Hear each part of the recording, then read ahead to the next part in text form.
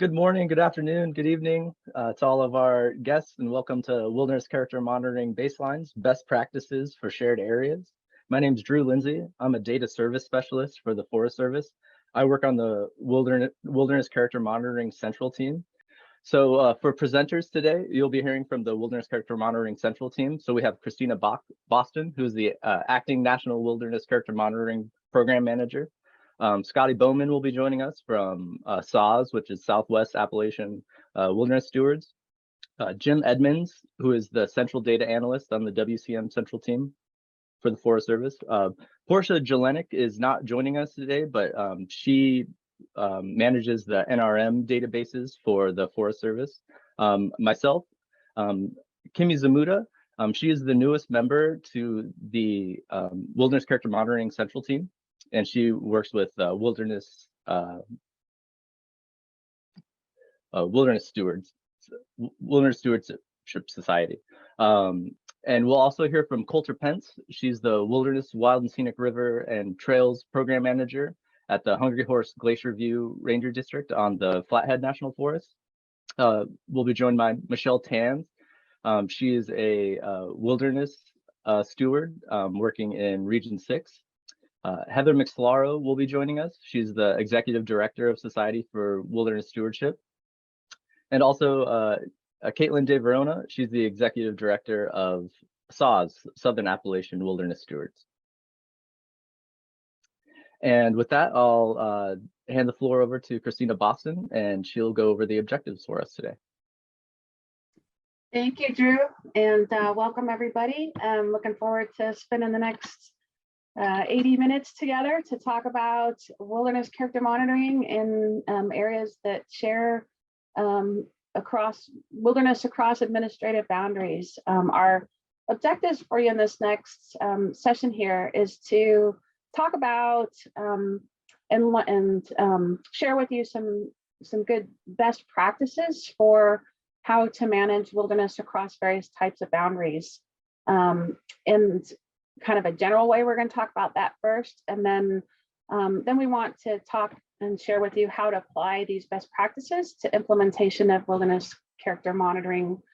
And we've got some great examples that we'll be sharing with you about how we've been managing to implement wilderness character monitoring across various types of boundaries, including district, forest, unit, region, agency, and areas that are adjacent to international boundaries. So lots of various ways that we work across boundaries, and so that's what we'll be talking about. Next slide, please. And then in addition to that, we thought it would be great to share with you today some best practices also for those of you that may be looking to complete wilderness character baselines for multiple wilderness areas on the same unit. There's some efficiencies that can be found that we've learned through trial and error in doing that in a few places. So we're going to share some information with you about that today. And then toward the end of the session, we've got two of our key partners for working on wilderness character monitoring, and they are going to share with you what they do and how they help support wilderness character monitoring, and what kind of resources are available through them to assist with wilderness character monitoring baseline development and implementation, or support for other stewardship groups that may be interested in assisting with WCM as well. So those are our objectives for today. And with that, we're going to move into the first topic here, which is I really just wanted to share some general, kind of to lay the groundwork for the conversation we're going to have with you today about just these general best practices for managing shared wildernesses. So this is not necessarily specific to WCM, but if you implement these best practices, it's going to make implementing wilderness character monitoring a lot easier. A key principle in managing wilderness is that we want to manage wilderness as a whole.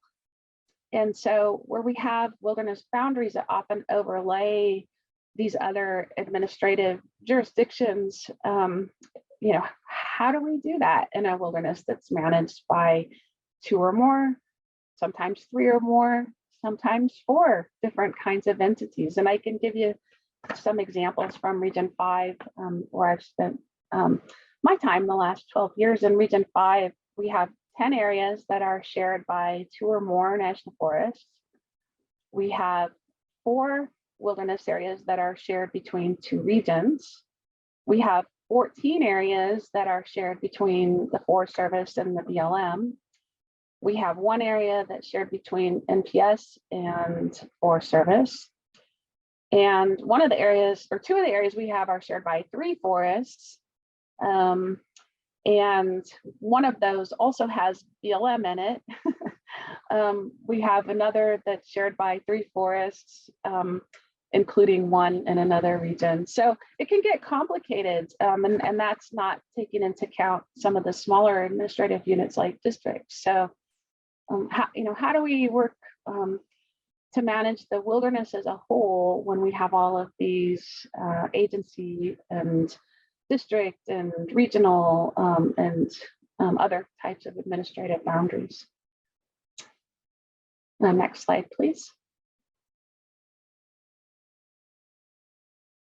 This is a quote from Don Lane, a longtime wilderness manager at the Desolation Wilderness. That's up in the Lake Tahoe Basin area. And they have a very long standing, great partnership approach between the El Dorado National Forest and the Lake Tahoe Basin in managing the Desolation Wilderness. And, in talking to him about, what makes that successful, it's really that agreement to work in partnership and to work through all the respective challenges that you may have on your separate units and come together to work through that stuff. And, in their case, they worked to put together a single management plan for the whole wilderness that covers both forests. Next slide, please.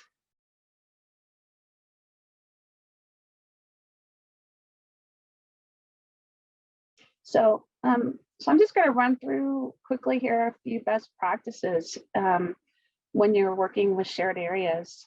And these have been, over time and talking to people that have shared areas, these are the ones that have sort of risen to the top as just really good things to be doing and thinking about.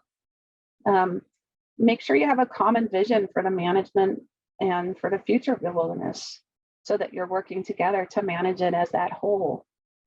Work with all the various units involved to get consensus on your management goals and priorities. Develop good communication with each other and identify those key concerns for your wilderness area that you can work on together. Next slide, please. And then regulations is another. You want to be in step and when you're thinking about regulations that may be needed for your wilderness and what kind of challenges that you need to be figuring out and resolving.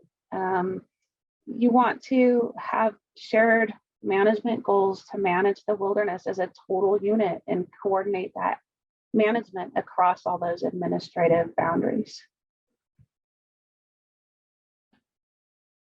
Next slide. You want to consider all the activities on both sides of the wilderness when you're doing planning. Don't just plan for your own unit and not be thinking about the things that may be going on the other piece of the wilderness. And then, another key takeaway that, my conversation with Dawn is, be really dedicated to the management of the wilderness. That, this quote here I loved, that it's just not enough to share common goals, but it's also critical that everyone involved with the wilderness give their heartfelt best to do the best job they can manage their wilderness. Next slide, please. So how do you put that into practice? Well, in the places where it's working really well, they hold annual coordination meetings, and they put a lot of effort into planning those meetings and doing pre-work so that they can ensure they have full engagement when everybody comes together for those coordination sessions.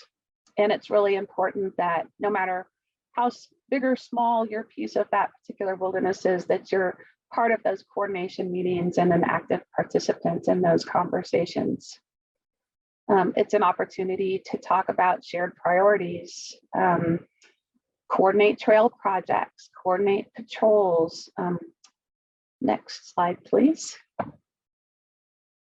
You can talk about your performance measures and how you want to work toward making progress on those and accomplishing your targets. When you have those coordination meetings, you can also talk about, if you have any upcoming plan revisions or wilderness evaluations and how you will work together for those. You can also, and this is a really important one, work together to prioritize your monitoring needs and develop a schedule for implementing monitoring. And you can figure out how to share your resources across the wilderness as a whole to meet those priority monitoring needs. And then also very importantly, working together to develop partnerships with wilderness stewardship organizations that serve not just one portion of the wilderness, but can work, excuse me, to help to support wilderness management for the whole wilderness. And next slide, please. Some other best practices when you're working together around a shared area is to figure out how to centralize the storage of your key documents and data. This will really help you when you get to wilderness character monitoring, if you've already got a system in place that does that. It can be challenging when you have two different agencies to figure out how to a way to make that work, but there are ways to do that. And then that way, you're not updating files about the wilderness in multiple district offices and multiple forests or multiple agencies. If you come up with a good centralized storage system, then everybody has access to it in one place. Another good best practice is to coordinate how you might share resources. Maybe you don't have enough funding for a position, but if you join forces, maybe you can come up with the funding for a temp or a wilderness fellow or other needs that you might have. You can coordinate sharing what other types of resources you might have, like pack stock to support projects. And another important best practice is really get out into the field together. Get out there, spend time together, talking about the issues, talking about your vision for management of the wilderness and your priorities and your ideas for how to get it to where you'd like to go with your management. And that will help to build those relationships for managing the area as a whole. Next slide, please. This is just another quick list of best practices that's not necessarily for areas shared across boundaries, but also wanted to mention where you have adjacent areas. There's a lot you can do there to try to work towards seamless visitor experiences and develop strategies around common issues and goals, such as those you see on the slide here. A good example of that would be the working group we have for the Central and Southern Sierra Wilderness Managers and issues we have around the Pacific Crest and John Muir trails, and working to have as seamless of visitor experience as we can in that corridor and crossing through all of those areas in the Central and Southern Sierra. Next slide, please. So these are just some, quick overview of some really good best practices for how you can manage your shared areas. But how do these, help with implementing wilderness character monitoring, which is what the session's about. Next slide. So it'll help you in a lot of ways. If you have these established contacts and communication, it's really going to make it a lot easier when you need to get started on wilderness character monitoring, because you're not going to have to figure out how to bring all of these entities together and figure out how to get going. You'll already have that established. If you have that centralized data and information already organized, that's really going to help you also when you get to wilderness character monitoring. It will inform your wilderness character narratives. It will assist you for those agencies where you have to make measure selections. That information can help guide you in that. And it will make it easier to pull together information you're going to need to populate your baseline reports. So just to wrap up, you know, if you are coordinating already on your priority monitoring, you're going to have better, more up-to-date current monitoring data to inform the wilderness character baselines. If you've already spent some time coordinating with each other to talk about current and potential threats to wilderness character, again, that's going to help you with selection of measures, drafting your wilderness character narratives. You know, as we get into trends, you know, having these kind of good working relationships across these boundaries will have you well equipped to analyze and adapt your management as needed, based on the findings that we'll start to see as we implement wilderness character monitoring and start to see that trend information. Thank you for laying the groundwork for the general best practices.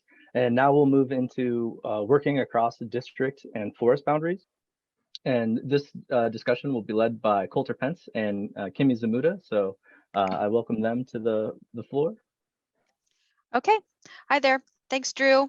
I'll kick it off here and just give a little context before we move on to the next slide. I'm here to share about the example of working across district and forest boundaries that is represented in the Bob Marshall Wilderness Complex. So I work with the Bob Marshall Wilderness Complex. That is 3 wilderness areas that are managed as one cohesive unit, even though they are distinct wilderness areas. Bob Marshall Wilderness Complex is composed of the Great Bear Wilderness, the Scapegoat Wilderness, and the Bob Marshall Wilderness. And all 3 wilderness areas are array across the land across 3 national forests. Actually, used to be 4 national forests until recently, and 2 of those 4 combined into one. And those 3 national forests are the Flathead National Forest, where I work, the Helena and Lewis and Clark National Forest, and the Lolo National Forest. We each have a different piece of and part of those 3 wilderness areas that I referenced: Great Bear, Scapegoat, and Bob Marshall. To further what Christina was sharing around best practices, how that functionally works, is that we actually have an MOU on this unit, or excuse me, in the Bob Marshall Wilderness Complex. It's sort of a self-directed, self-assigned mandate by managers. This was established in the late 90s-ish. And our MOU says we are to manage and coordinate the 3 wilderness areas as if it was one. For all the reasons that Christina shared earlier, we think that's best for the wilderness resource, to manage as a cohesive unit, and to best for the visitors as well. Some of the best practices, if you can go back real quick. Some of the best practices, what that looks like for us is we meet at least 3 times a year officially, formally, to talk about current management issues, whether that is where we are with wilderness character monitoring, or other wilderness management issues. We try to do a field trip, typically a multi-night if we can, every year. And that's always a different combination of people that show up, but that enables us to both have more time to visit and talk and work through management issues, but also allows us to build our relationships so that you know who that other person is, who those other people are, their style.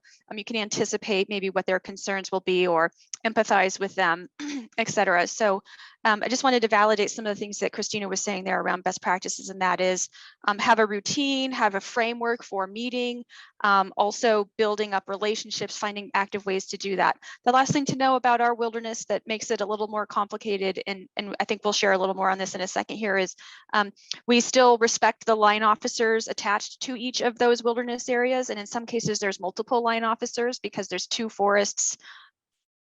There's 2 forests attached to each of the 3 wilderness areas. And so in our case, no one is ceding their line officer responsibilities. Our framework through our MOU is that we try to make a joint decision, whatever is at hand, and it's not delegated to one line officer. We try to find a solution that is applicable and supported by all. That certainly takes a lot of time to do that. But the context for wilderness character monitoring is, the point is no one of the forest is responsible for wilderness character monitoring. We all are, even when it comes to signing off on wilderness character baseline assessments, measurement documents, etc.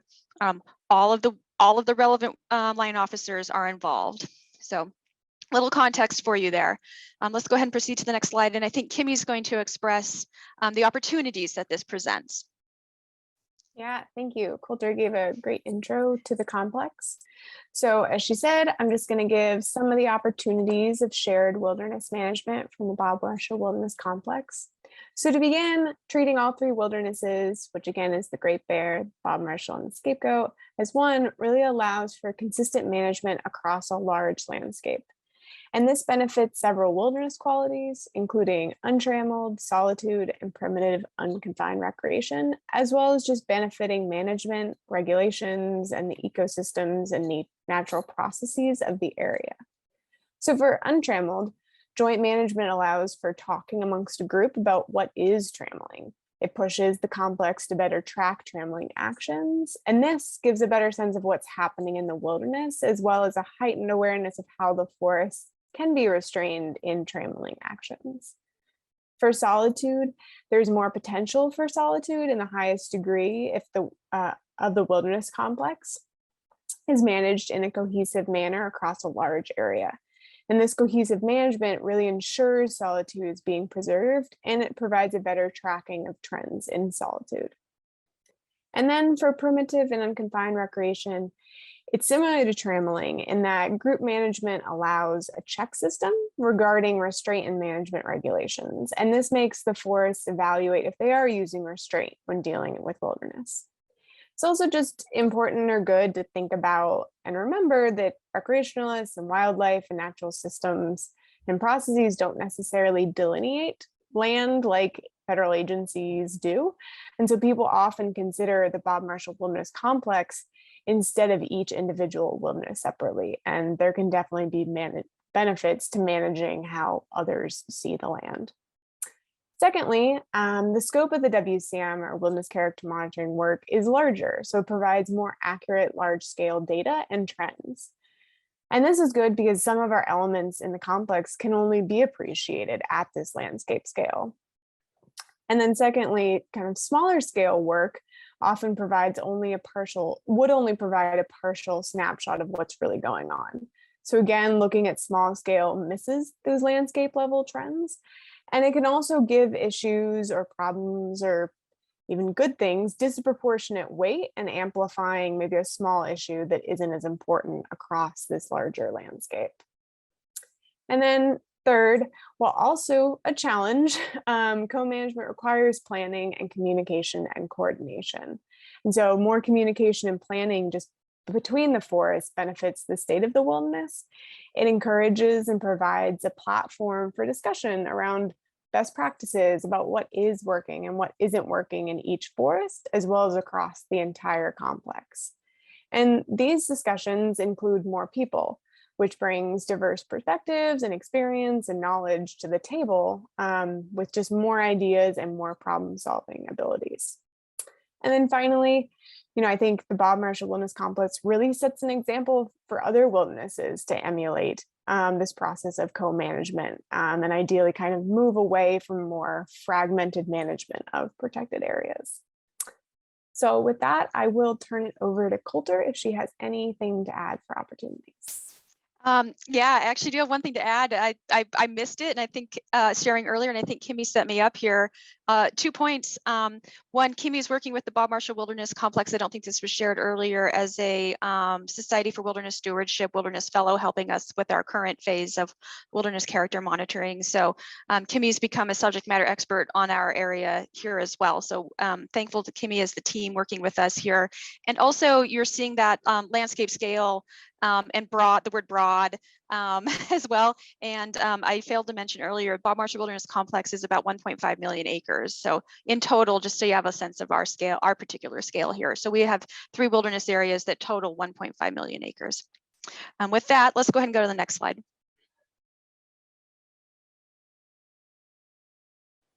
And we thought we would just share some of the challenges around shared management, some of the realities and and challenges. So when you have more people involved and more inevitable opinions, et cetera, this requires more planning, more coordination, more communication. And so when it comes to maybe syncing up our solitude monitoring, who's at what point, who's ready to work on whatever, I'm also thinking of some of the cultural elements, cultural monitoring. That's actually been a struggle for us to all be in the same place as different units at the same time, ready to proceed. And so we have to pre-plan extensively beforehand to make sure all of the units are bringing in the resources that are needed to be prepared to work on things like wilderness character monitoring. More forest equals more people. And as Kimmy shared, I certainly view it as an opportunity and a way to challenge ourselves. It also just takes more time to talk and work out decisions and get everybody on board. Because like I said, we have a framework here where we're going to try to make a decision that everyone can agree with, unless there's a specific reason that some unit, some elements got to go its own way. The last bullet here is around that consensus building. That can be hard for people who haven't worked in a unit where we have that intentionality for consensus. There may be a custom as a wilderness manager or as a district ranger or as a program manager or forest supervisor on making their own independent decisions and not needing to have, to lead out with where they are with something. And that can be a hard turnaround for people to realize, nope, everyone here is going to expect you to work on building a consensus. And if you're going to lead out, if you're going to run your own direction, you're going to maybe cause problems for our visitors or our wilderness resource if we aren't in coordination, but also we're going to henpeck you to death. We're all going to say, yes, but wait, we got to do this, we got to do that. And the irony is that sometimes the people here who have in the past have maybe struggled initially with not being able to make individual independent decisions, they actually end up being the best defenders of going, once they realize the consensus is for the long-term benefit and the greatest good, they actually become some of the better defenders of that. So it's certainly a challenge to make that conversion, but some people actually realize in the long run that many people realize it's best for this wilderness resource. I'll turn it back to Kimmy if you think I've missed anything there. I think you hit it all great. Thanks. All right, thank you.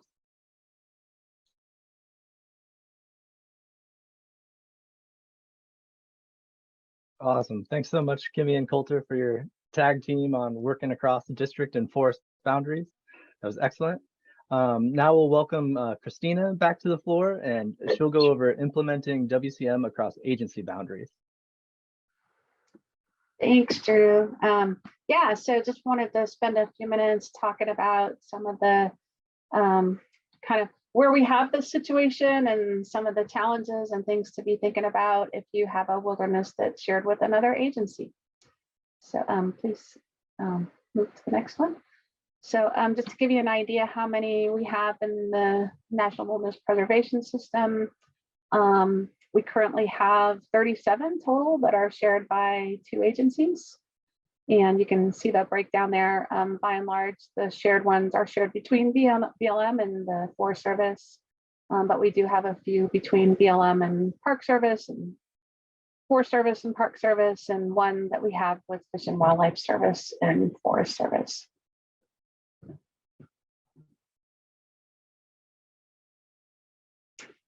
And then the locations of the areas that are shared across the agency boundaries are primarily in the western part of the US. And you can see the breakdown by state here. California has the most areas that are shared across agency boundaries. All of those are with BLM except for one that's within FIS. And so this isn't something that you're probably going to come across if you're managing areas in the eastern part of the US, but we do have many of these in the western US. We also have in potential legislation some additional areas that might be added to the system in the future that would also be shared by agencies. So this number could potentially increase in the future. All right, next slide, please. So one of the biggest challenges about implementing wilderness character monitoring across the agency boundaries is that in keeping it wild too, which I believe Drew's going to drop a link to that in the chat, is it's a strategy for all the agencies about how to implement the wilderness character monitoring across the National Wilderness Preservation System. And what's great about it in terms of consistency is that it includes consistent wilderness qualities, monitoring questions and indicators that we all use in all the agencies to help us figure out our agency strategies to monitor these trends in wilderness characters. But it stopped short at measures and left specific procedures for selecting measures and collecting data up to each agency. And so we lose that consistency a little bit once we get to the level of selection of measures. Next slide, please. Another challenge we do have an interagency wilderness character monitoring database. And currently it's set up so each agency can enter measures for their portion of the wilderness, but we don't really have a great process yet that's been developed to combine separate agency measures into measures that represent the wilderness as a whole. Another challenge that we have is, when you're working with two agencies, trying to sync up getting funding or making sure you have your staff and resources prioritized for working on wilderness character monitoring at the same time. And so that takes good coordination between the two agencies to come up with those schedules and try to make sure you have those things in place on both sides of the boundary to work on your baseline documents.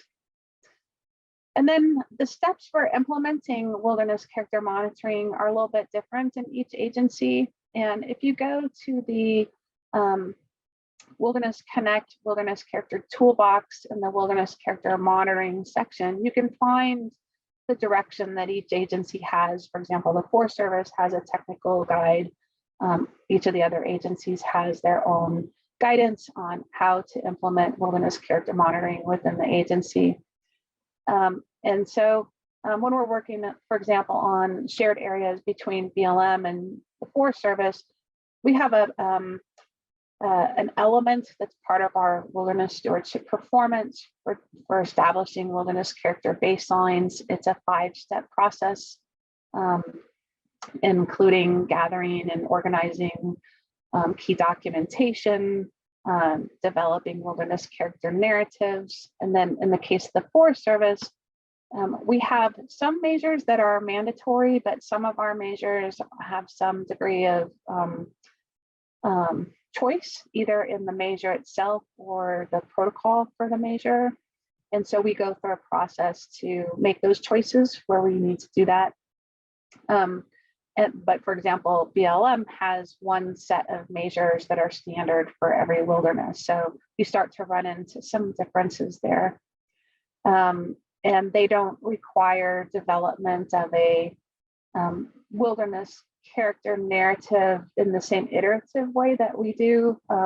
And so it just, you start to see differences in how we implement it. But in the end, we're all trying to get to the same place to have a wilderness character baseline to get set up for moving into trend assessments. And so those are some of the challenges when working across these agency boundaries. Next slide, please.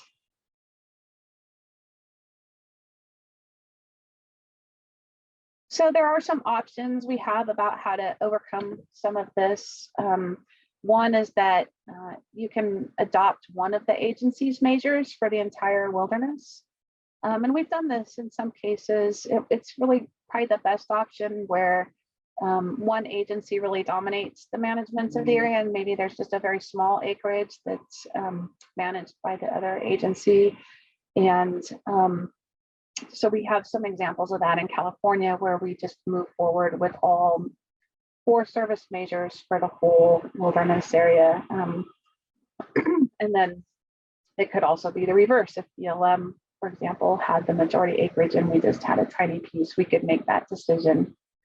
But many of our areas, we really have, each agency has significant acreage that we're managing as part of that wilderness. And so the approach that we've been taking there is to have each agency report the measures for their own portion of the wilderness.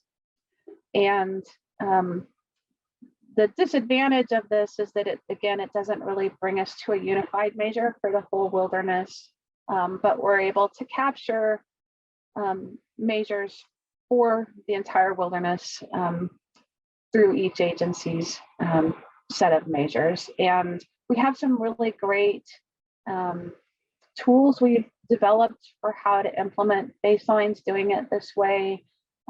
Baseline assessment reports that are set up to show the measures for both agencies. And we also have some good crosswalks so that you can understand where those differences are between the two agencies' set of measures. And there's a document Drew's going to share that one of our wilderness fellows helped develop for us to show that crosswalk and where we are very similar with our measures and where we have some differences.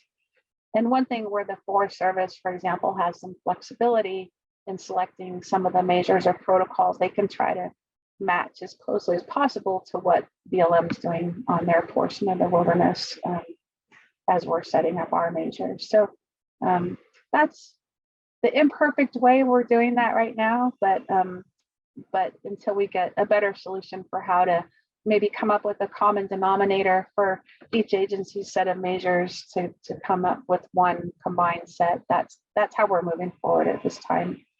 Another option is if you adopt all the measures for both agencies for the whole wilderness. This really isn't ideal because it creates redundancies. You would be including measures for the same indicator that are very similar, not quite identical, but very similar. And then it would create a huge number of measures that you would have to track, like 40 plus measures in the case of if you adopted all the Forest Service and BLM measures on a wilderness. Okay, next slide, please. So so that comparison guide, we can share that in the chat. And again, we've got some great templates as resources for anybody that may be getting started on some shared areas. We've got examples of ones we've completed that were wilderness character narratives for both BLM and US Forest Service, and baseline assessment documents that were done for both agencies. So this is still a work in progress, figuring out the best way to do these areas that are shared across agency boundaries. We're going to work to put together a place where we have a centralized location where you can come and find some resources about how to do these agency shared areas. We're not quite there yet, but once we have that pulled together, we'll share that information out. In the meantime, if you are working on a shared agency area, again, thinking about those best practices, how can you establish those relationships with your agency co-managers and try to just have a good working relationship about how you're managing that wilderness as a whole. And that will get you a long way toward working on your wilderness character monitoring. And I believe that's my last slide, Drew. Thank you. Excellent. Thank you so much, Christina, for going over working across agency boundaries. Now I'd like to invite Michelle Tanz to the screen, please. Michelle will be going over working in areas adjacent to international boundaries. Thanks, Drew, and thanks everyone for setting me up for this section. So there are some unique WCM reporting challenges to consider for wilderness areas that are immediately adjacent to an international boundary. Today, I'm only going to briefly breeze through a few of those elements just to give you an umbrella overview. Some of those I'm going to talk about are engaging with the International Boundary Commission, the presence of U.S. Customs and Border Protection in the wilderness, as well as the associated motorized and mechanized use. And then finally, I'm going to wrap it up with discussing how the presence of an international boundary may affect management decisions and visitor use. Great. So most of my WCM work has been focused in Region 6, USFS Region 6, which is Washington and Oregon. So my experience has been primarily contained to the US border with Canada. So that's going to be kind of the lens that I'm bringing to the table here today. So the international border between US and Canada is marked by a 20-foot wide swath cleared by the International Boundary Commission, or IBC. So in this photo on the left here, you can see the clearing that extends. So in 1908, a presidential proclamation withdrew a 60-foot corridor along the entire boundary to maintain the swath and otherwise manage the international border.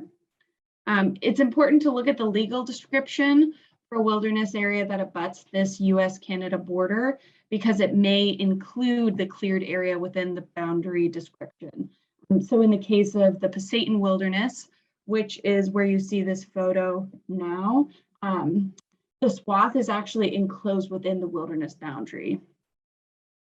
And the IBC routinely cuts vegetation in this area to maintain the boundary, which qualifies as a trammeling action according to the Forest Service WCM technical guide.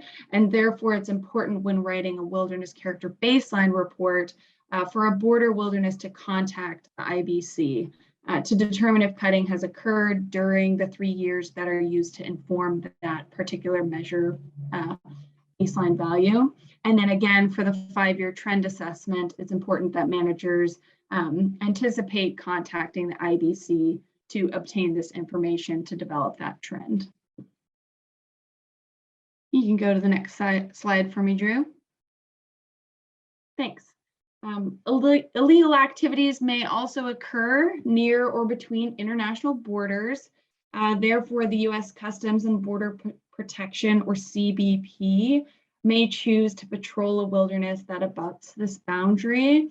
CBP maintains the authority to use motorized or mechanized means to conduct this work, which should be captured in WCM. However, some CBP units have also chosen to patrol on horseback, which highlights a consideration for the undeveloped quality of wilderness character. And these photos here are just kind of used to illustrate, at least on the left there, the extent of the border swath I was mentioning in the previous slide. And we can move to the next one, please. Great. So the last series of considerations I'm going to highlight are how the international boundary may impact management decisions in a wilderness area. As we all know, activities and elements outside of wilderness have the potential to affect wilderness character within.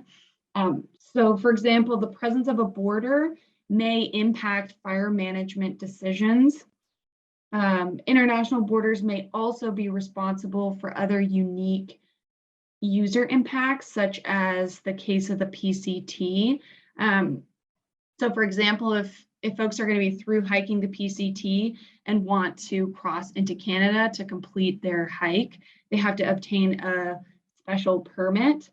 But a lot of through hikers don't pursue this permit, and instead they end up hiking the section of trail that actually crosses through the Pasayten to tag this this monument. That's the photo on the right there. So they cross through this section of trail twice. And even though there isn't an explicit way to capture this in wilderness character monitoring, it leads to concentrated visitor use and biophysical impacts. So these are just some unique characteristics to consider if your wilderness borders an international boundary. And I think that's all for me. So this little section is supposed to be talking about the challenges that you will maybe possibly run into when you are doing what everyone here has been talking about, which is a WCM across any of these areas where it's not fully contained within one forest unit. So you might have a little bit of BLM somewhere. You might have something that's falling across, well, falling very close to, let's say, an international border, or I don't know, in that rare case, the state border when we're using state data. Let's go ahead and advance it to the next slide. All right, so this is Portia's slide. So you know, right, I'm looking at Drew. This is what we've interpreted as Portia's part. I know Portia's not here, but I was going to kind of try and speak to it. So when we're gathering data to support a wilderness character monitoring, well, a baseline report at this point, it generally comes from two places. It either comes from an NRM application that is kind of, I don't know, if you're here in the very olden days, it's kind of the modern equivalent of where we would go through a data call. And when Christina was giving her presentation and talking about having data stored at the district level or the district office or somewhere like that, that was kind of the way it was done at the old days at that unit. And everything's kind of moved up until it's gotten bigger, and it has, you know, formerly these NRIS applications supporting it all. Anyway, our data calls go through here. So these are our corporate databases, and they have a lot of information in them. But where I think things get tripped up commonly, and Portia left a couple of examples, a lot of it has to do with who's the lead management unit for, you know, for NRM. And that's, I think, I mean, looking at it and interpreting it, it's like a lot of things are set up by admin units just because it's a database. And when they set these databases up, things wanted to be, I don't know, they wanted to put it and set it up like the org chart, you know what I'm saying? So we would have, I don't know, I want to say it's not really representing the way that things are done in reality. It's kind of an idealized look at the way that things are, where everything is, you know, where units are falling into a forest and so forth.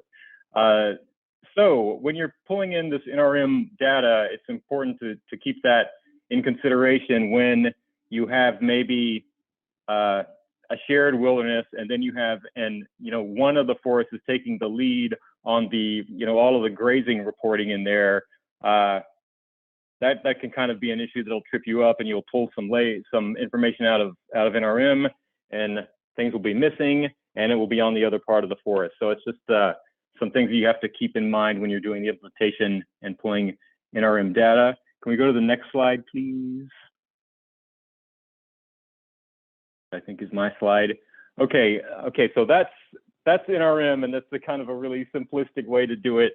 The other source of data for a WCM measure is typically going to be me. I'm the central data analyst, and it's kind of fallen to me to take any measure that is based on our national geospatial data, or say our departmental data at USDA, where we may have something set up like the watershed condition framework or something, or if USDA has set up a network of air quality stations, or you know, EPA or some other agency has set up a network or a model of some air quality data that we want to use in our measure.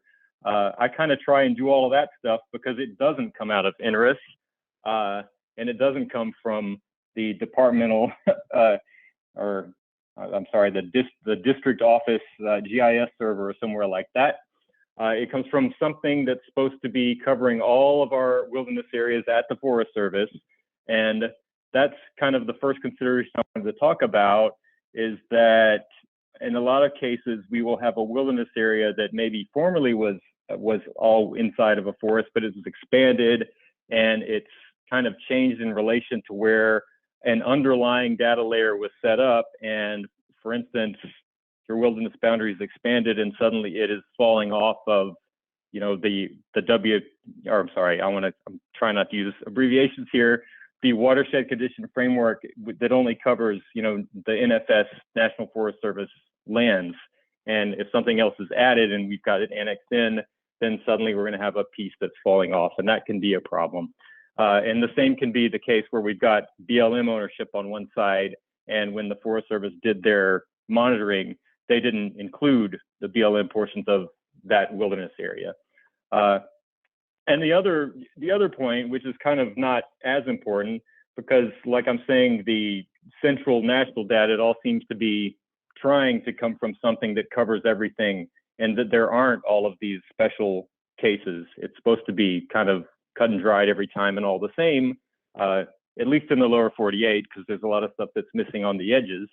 But the difference there is that, you know, even if we manage two different wilderness areas that are right up against each other as a single unit, they're just not in physically the same place, which is to say that maybe they don't have the same representative air quality station for a measure, just because one is a huge Alaskan wilderness here and another is a huge Alaskan wilderness over there. And even though we manage them the same, they're just not in the same place. So that can kind of give us a problem, as you know, it's kind of similar to where we have lands annexed in, and we have to kind of decide on what is the best, what are we going to use for the baseline year, because maybe it was a wilderness that was designated in one year and then it was vastly expanded in another, and that can definitely change the trends in one way or the other. Yeah, so we did want to just mention briefly, you know, this isn't necessarily shared areas by multiple agencies, but and you know, in the case where you might have multiple, maybe smaller areas on one or more forests where you can work on all of them together at the same time, there are some efficiencies that can be had there, and some best practices for how to tackle your wilderness character monitoring work when you have that situation. I know Scotty was all primed to share some good examples of where they've been doing that in the southern region of the Forest Service, and work he's been supporting there. And so, you know, some of his advice here on the slide that he prepared, you know, it really is about getting organized in a really great way before you get started when you're going to be doing multiple areas. Kind of have your file structure set up, get your folders set up for each wilderness, get your draft templates set up, you know, just be really organized to move forward on multiple areas at one time. And then, you know, I see some of his other advice here was really, you know, don't wait till you finish one step before you start moving into the next step. You really can kind of blend those. As you're finishing one, you can be moving into another. So as you're finishing gathering all of your documentation and getting that organized, you can be working to start drafting your wilderness character narrative document.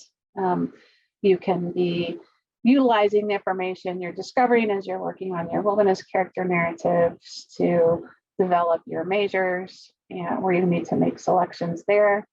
And while you're working on your measures, you can, for the measures where you have the mandatory measures, you can start working on your baseline work for that as you're making selections on the others. So there's efficiencies as you just kind of blend through those point levels as you're moving through multiple areas. You know, you can kind of stay ahead of the game a little bit by doing it that way. Go ahead to his next slide.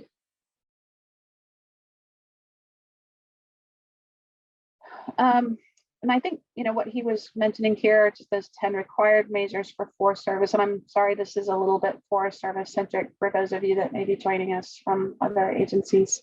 But you know, those really working in unison on multiple areas at the same time, you know, you have some efficiencies where you can, there's some things that Jim, who you just heard from, works to provide through the central team, and those things are listed here. And then we've got these 10 required measures, you know, where there might be some differences between wildernesses, even when you're moving a set together at the same time. But, you know, where you do have common measures, you can work across multiple wilderness areas at the same time to get that information and start plugging it into your templates. And it helps the specialists that you have to work with to get some of this information. To instead of going back to them 10 times for 10 wilderness areas, you can be organized and have some really targeted questions for each of these measures to help you figure out what you need to do or where you need to find information for all 10 areas. And so you can minimize the time that you need to intrude upon their time and their other priorities by being organized to work that way. And in addition to the example, that Scotty was going to share in Region 8, we've been doing this on the Los Padres National Forest this past couple of years, where we have 10 wildernesses on the forest and moving all 10 of those at the same time. And so anyway, I think that's enough to touch on that. And I want to make sure we save the time we had allotted for our partners who will be speaking next. So Drew, I will turn it back to you. Thank you so much for covering that for us, Christina. And last but not least, we'll turn it over to Heather and Kate, who will talk about WCM Partner Resources. Great, thanks, Drew. So I can step in first, and then I can hand things over to Kate. So if you want to just take us to the next slide. My name is Heather McSlaro. I'm the Executive Director of the Society for Wilderness Stewardship. As Drew said, this is just a slide of some of the folks who have worked with us over the years. So I thought this would be fun to look at while I'm just chatting about who we are. So SWS is a national organization, and our mission is really around supporting agencies to manage wilderness. That's really kind of the heart of our mission. And I think even the cornerstone of that is wilderness character monitoring. I've been really excited that we've been able to engage in that because it really lays the groundwork for wilderness management, not just today, but for years to come. So if you want to go to the next slide, Drew, these are just a couple of numbers of what we've been able to do. We started working on wilderness character monitoring in 2016. So from 2016 to 2020, these are a few of the numbers of what we've been able to accomplish. And I'll just pull out there, overall, we've worked in over a third of all the wilderness areas in the country. So I think especially as you talk about collaborative wilderness character monitoring, and you look at what can be completed across the whole national wilderness preservation system, it's super exciting. Like, I cannot wait to sit down. This sounds nerdy, but once we have kind of the first trend reports across all the system, it'll be so interesting just to be able to look at that. Next slide, Drew. One of the pieces that we have really worked a lot with as we've done wilderness character monitoring is collaboration. And so we started actually collaborating with the Aldo Leopold Wilderness Research Institute. That's how we got into this work. We took over the Wilderness Fellows program from Peter Landris, who a lot of you guys know is one of the primary authors of Keeping It Wild and Keeping It Wild 2, and really was one of the people that brought wilderness character monitoring at a national scale to the whole preservation system. And then we were able to be part of some of the very first collaborative reports across shared areas with the Forest Service and the BLM. And then we started bringing in more partners. So we started bringing in universities that they can add this kind of layer. And then we started engaging with other organizations. SAWS is a big one that we've worked with, almost from the beginning on this. Colorado Mountain Club, the Selway Bitterroot Frank Church Foundation, Friends of Nevada Wilderness. We've created these different ways when we are working in a certain area of the country to work with partner groups there to say, okay, here's your subject matter expertise is here and ours is here, and how do we come together? So that's something that we've really enjoyed as we've done this work. So I would say, just in general, if you're looking to get into collaborative wilderness character monitoring, whether it's collaborative in bringing multiple partners together to look at one wilderness area, or whether it's the kind of collaboration we've talked about earlier today, we would love to help you, as I know that Kate and SAWS would. So I'll hand it over to her. Thanks, Heather. Yeah, I'm Caitlin Deverona, Executive Director here at SAWS. We are in the middle of our annual training, so it's nice to get out of the rain and be with you guys here today. Yeah, so just a little bit about SAWS. We've been working, we're primarily focused in the Southeast. We primarily work in Region 8 with a little bit in Region 9. So we've been working in the region since 2010. We're mostly field-based. We put boots on the ground. We have, we run trail crews and rangers. But as wilderness character monitoring was being developed and was getting close to kind of rolling out, particularly in the Forest Service, our partners at the agency asked us, would you be interested in taking on some of this work? Is that something SAWS could take on? And we were really excited to step up to the table and work on wilderness character monitoring. So it really worked out because they were able to kind of tap into some of our, our already existing partners that we had been cultivating and nurturing over the years. We meet with each district that we work in every single year, like 30 plus districts. We meet with the forest folks a couple times a year, and we meet with our the region weekly. So we kind of already had some of those partners. So taking on this other wing in our stewardship program ended up working out really well. So we have been completed a majority of the wilderness character monitoring work here in Region 8. We've done about 51 wildernesses of the 60 through 2021, and we at the end of this year, 2022, we'll have completed 62 wildernesses of the 71, and I think our region has about 85. So we've been working hard here in the Southeast. Some of the resources that SAWS can help provide in collaboration with definitely some other partners. We do offer trainings every single year. The folks that are doing a lot of this WCM work, we call them wilderness specialists. Some fabulous ones are in the room today. We are training them annually at our regional training, Wilderness Skills Institute, going on right now. And so in the past, we've been able to offer a week-long course just completely dedicated to wilderness character monitoring. The last 2 years when we were virtual, we were able to film them. And so we still have kind of those resources available on our website that folks can look at or on our YouTube channel, in addition and complementary to a lot of the resources that the central team has. We were able to do these trainings because of SWS. A lot of us in the very beginning took some of their really great trainings. And so we were able to kind of build out our in-house training, and we offer those courses at Wilderness Skills Institute, like I mentioned, for free. So we're offering them to agency folks, Park Service and Forest Service. We're offering them to our other partners who work in wilderness, volunteers who might work on the ground in wilderness. So it's not just for SAWS, but available a little bit wider. Let's see, we also have an in-house staff member, Scotty, who had a bit of trouble today. He is a member of our team, our leadership team, and also sits on the WCM Central team. So he's able to get that direct line of communication and support from that national central team, and also take some of that knowledge and excellent skill set that he has to our specialists in their biweekly meetings, or we meet up sometimes in person, or they're able to reach out to a fellow SAWS friend and ask those questions. So we're able to kind of continue to provide that resource.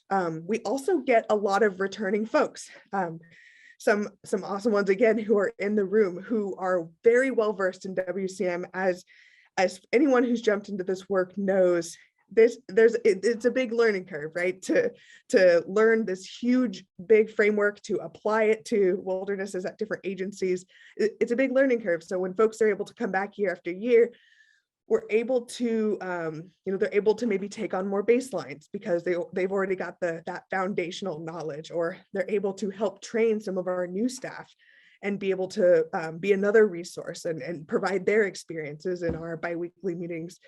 And so that's kind of, they already know the language, so that's a great resource that we're able to cultivate here. We offer kind of that direct support where we can go in and work shoulder to shoulder with the agency to do the work. And we also provide that support. So not only on the central team, but through other organizations who might be taking on the work for the first time, we're able to act as another resource to help prop them up, answer those questions, much like the central team does as well. some of those partners that I know are working on right now, this year, like one example is Wild, Alabama, where they're taking on the WCM work for the first time, and we're able to kind of support them. Another resource we've really used the last year or two is utilizing some of the volunteer organizations that are already existing in the footprint of the wilderness we're working in. So for example, many of you may know that when you're putting together baselines, a lot of that is compiling existing data, but that might also be going out and collecting the data yourself if you have the capacity. And so in areas where, you know, maybe one individual is working on 5 different baselines on a forest, they may not have time to get to every wilderness to collect some data sets, but they do have time to train up a volunteer group who's already very familiar with the landscape and with the wilderness, and they can collect the data that year. And so we partnered with a few, Georgia Forest Watch, West Virginia Highland Conservancy, and have been able to provide and get a more robust data set to support wilderness character monitoring. So that's another resource we've used. We're definitely happy to at any time talk about how we could collaborate or share some of our experiences, how we've been able to successfully work on WCM. So thanks. And thank you so much to Heather and Caitlin for providing that overview of WCM partner work. As you can see, the broad majority of WCM work is completed with the collaboration between the Forest Service and their partner organizations. So thank you so much for not only all the work you do, but joining us today and providing that overview for us. If you don't have a question at the moment, but you're reflecting on this later, or you start getting into preparing to work on WCM, or you already are, know that our central team is always available to assist with questions. And we have this PDL email address. And so you can, if you send an email with a question to this address, it goes to all of us on the team, and one of us will pick it up and get back to you. Yep, Christy's absolutely right. We do have a bi-weekly wilderness character monitoring office hour that is 10 a.m. Pacific time every other Wednesday. So if you'd like to tie into that, feel free to contact me directly. Also use the PDL for the central team. We'll get you tied in. Usually have some good conversations every other Wednesday.